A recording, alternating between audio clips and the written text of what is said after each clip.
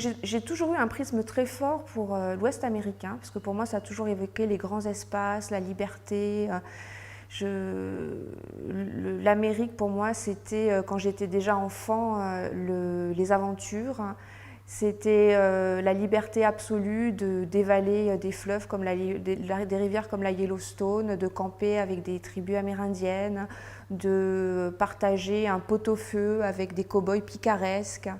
Et puis au fur et à mesure, au fil des années, en fait, je me suis spécialisée en littérature américaine et en civilisation américaine. Et puis je suis partie faire des études à Berkeley, à l'université de Berkeley.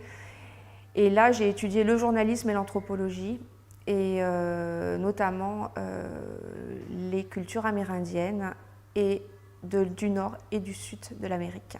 Et j'ai appris également les hiéroglyphes mayas. Mais à partir de là, j'ai été embauchée par National Geographic et j'ai multiplié les reportages en terre autochtone et notamment en Amérique du Nord. Et en Amérique du Nord, ce qui m'a beaucoup surpris en vivant parmi différentes populations amérindiennes, c'est cette capacité et cette volonté qu'elles ont de nous faire comprendre qu'elles ne sont pas des Indiens archéologiques, mais qu'elles existent toujours. Alors le livre s'appelle L'âme de l'Amérique parce que des Rocheuses aux Grandes Plaines, et en particulier dans cet état du Montana dont je parle, cet état incarne à mes yeux l'essence de l'âme américaine, la quintessence de l'âme américaine, parce qu'il est marqué non seulement par des épisodes historiques qui sont fondateurs de l'État moderne américain, mais également parce qu'on y trouve une diversité de cultures amérindiennes. Donc on y trouve en quelque sorte l'Amérique des origines, mais également l'Amérique du futur. Le Montana, c'est un laboratoire d'idées, c'est un laboratoire pour le monde de demain.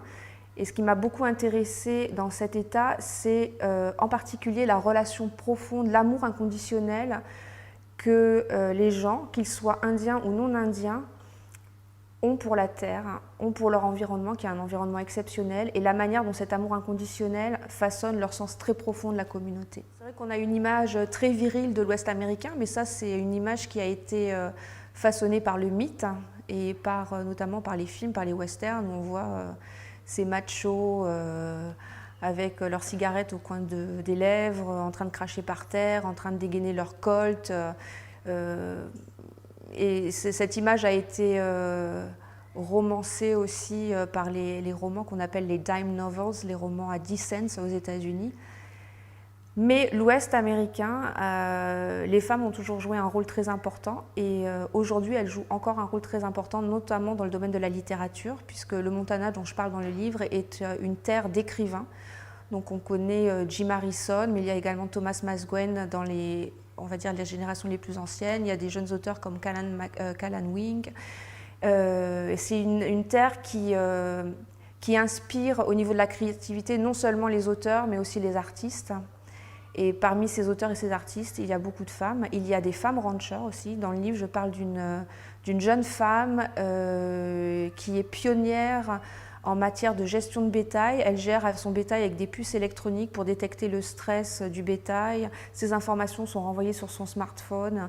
Elle a développé un système pour cohabiter avec les loups, puisqu'elle vit en bordure du Yellowstone. Et parmi les prédateurs des vaches qu'elle élève, il y a les loups et il y a les ours. Et ces femmes, donc dans le livre, je l'appelle Rancher 2.0 parce qu'elle est très branchée électronique. Elle fait partie de la nouvelle génération et elle a reçu un prix de la National Geographic comme étant parmi les génies du 21e siècle.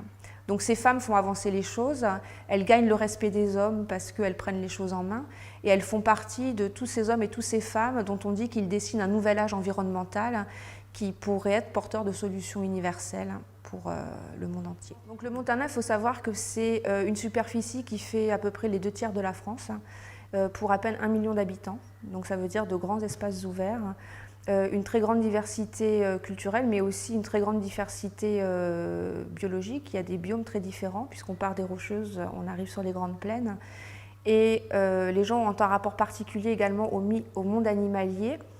Et les ennemis d'hier, donc cow-boys et indiens, sont devenus aujourd'hui des alliés. Donc ils s'unissent dans des alliances improbables, mais fructueuse, pour lutter contre l'ennemi d'aujourd'hui. Les ennemis d'aujourd'hui, ce sont les prédateurs industriels. Autrement dit, ces gens qui veulent forer dans les derniers sanctuaires sauvages qui existent encore dans le Montana, comme le parc du Yellowstone ou le parc national glacier, ou tout autour, dans la vallée du Paradis, la bien nommée vallée du Paradis.